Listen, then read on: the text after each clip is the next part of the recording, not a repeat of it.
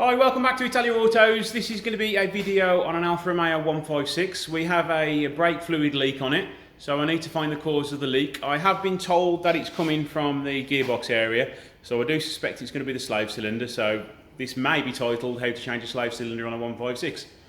So let's get cracking.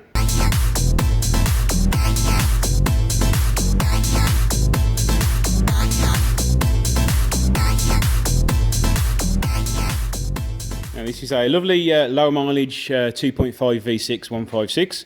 It's only done 37,000 miles, so it is quite a minter. So what we're going to need to do, we need to remove the battery, but in order to remove the battery, we need to remove this pipework from here, and then we're going to remove the battery tray, and that should give us plenty of room to view the gearbox.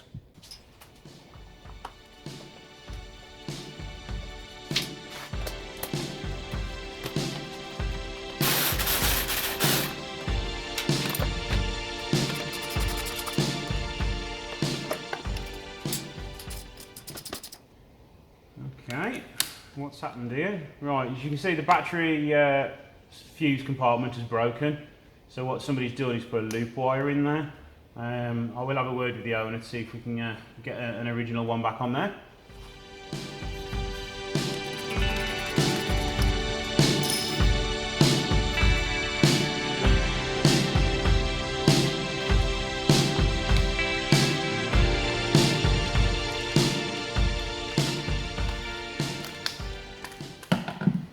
There we go, should have enough room to get the battery out now.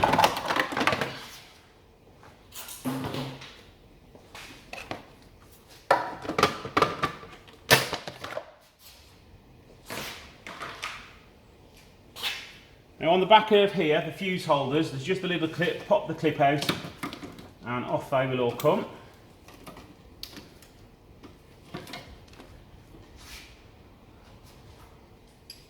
And now there's just a couple of 13mm bolts to undo on here.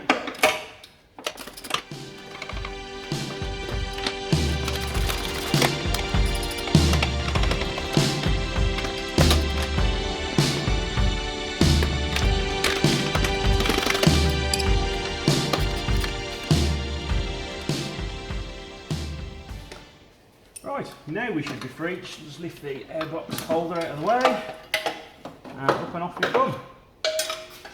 Okay, right, that's the clutch slave cylinder, and as if you can see, right from the top of there, going down, there's a run of fluid, and on the floor there's a couple of drips down there already, if you can see that there, look. There's also a hole in the side of the gator here, so I would say 100% that the clutch slave cylinder seal has gone. So we now need to remove that. We just need to get something to stop the fluid from leaking out, and a pair of plier clips. Okay, right, so what we need to do now is lock off the hose so it doesn't leak any excess fluid out. I've just got a bit of thick paper to put around it so it doesn't get marked by the pliers. And there we go, that's all on tight. Let's just crack off that nut.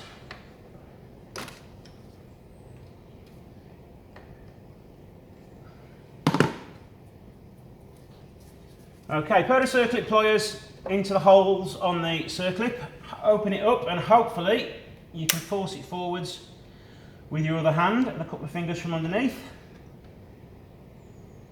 And be careful you don't lose this because they are very liable to ping everywhere.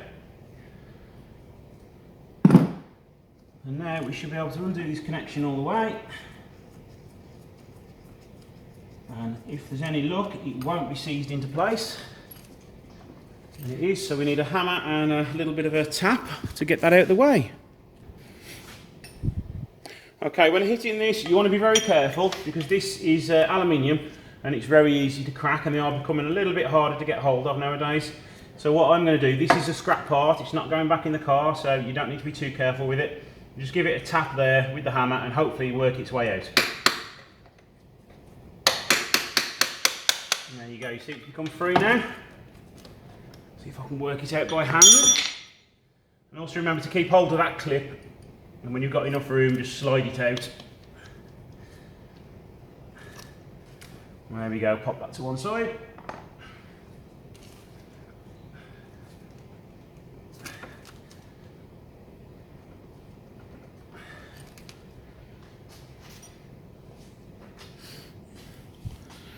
And there we go, that's your slave cylinder. So the seal had totally gone on the outside, but the seal's also gone inside there. You can tell by the build-up of crap and dust there. So this part is definitely the culprit in the cause for the leaking brake fluid. So let's pop another one on. And I just so happen to have a decent used one here. I wouldn't recommend fitting a used one, but I can't get a brand new one today. So for the purposes of this repair, I am going to be fitting a used one, but I would recommend you get a new one because they're not expensive, they're only about 40 quid.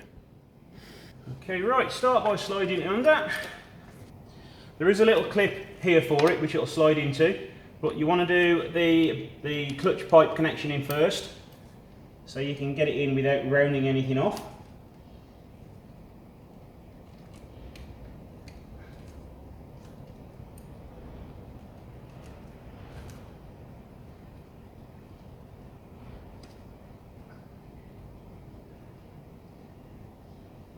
Now I've not tightened it up or anything yet, so circlip goes in.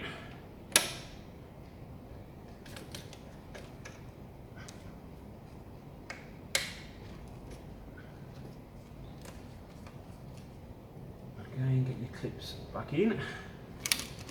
Push your slave cylinder all the way in, and then hopefully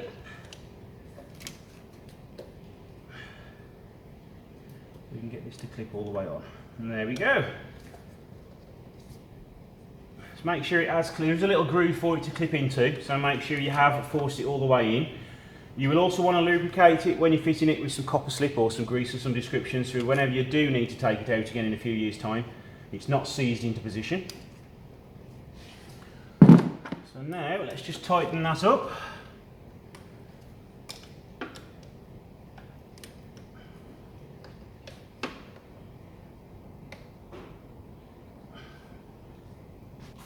Okay, as I work on my own, I do have an air bleeder, which I use to do a lot of these. So I've now loosened off the nipple at the end.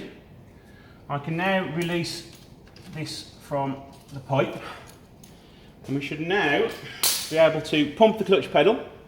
You will then see some fluid and air bubbles come through there, and then we can get the air bleeder on it and do the final bit of bleeding.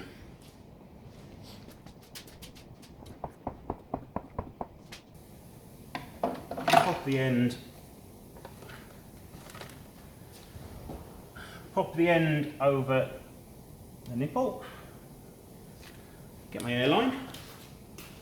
I'm also going to be popping some brake fluid into the system.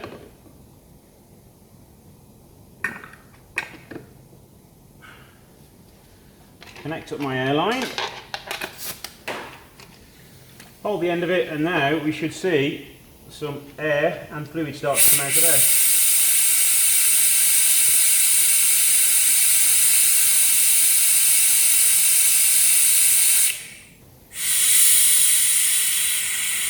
There you go, you see the air bubbles coming through. So as you can see there, no more air bubbles for a good few inches in the pipe. So we can now tighten that back up again. And then we can go and try the clutch pedal.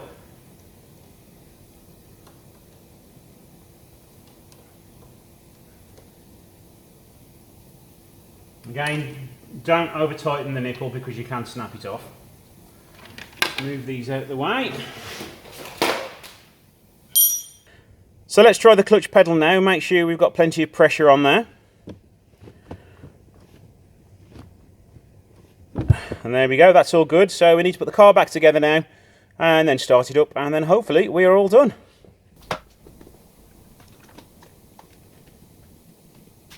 Just get a rag and a bit of brake cleaner just to clean the area off where it has been leaking, and also a little bit of mess I've made.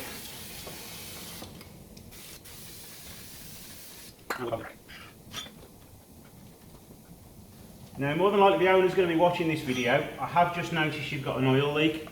It's either going to be from the gasket or from the seal in here. It looks as though it's going to be from this seal in here. Hopefully you can see it on the camera. So you need to get that changed next time you're in.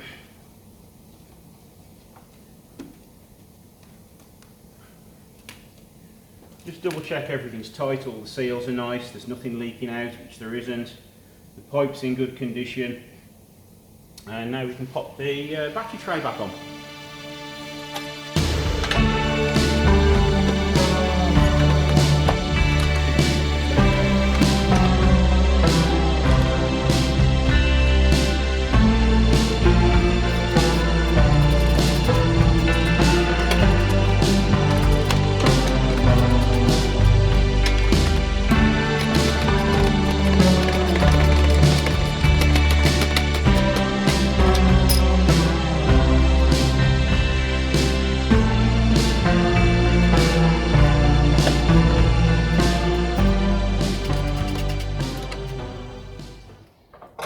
clip in. Try and keep them in the right order, because if you have any problems further down the line, you'll want to know which fuse does what, which relay does what, sorry.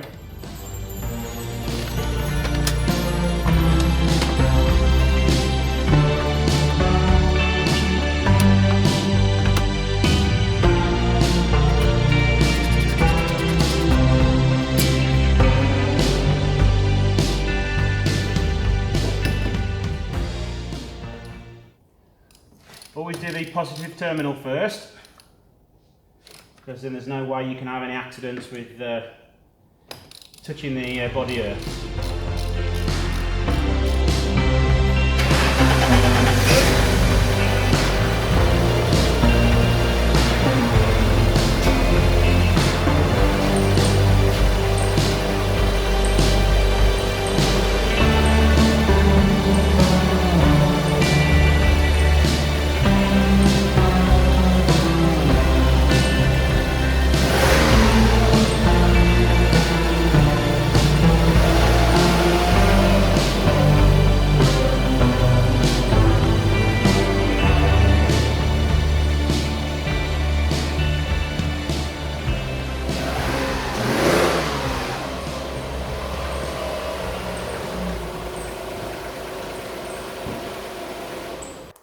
There you go, that's how to diagnose and repair a clutch slave cylinder on an Alfa Romeo 156 V6. The slave cylinders are also 99% the same for the 147, 156 and GT diesels, and also on the 3 litre and 3.2 cars, they are the same.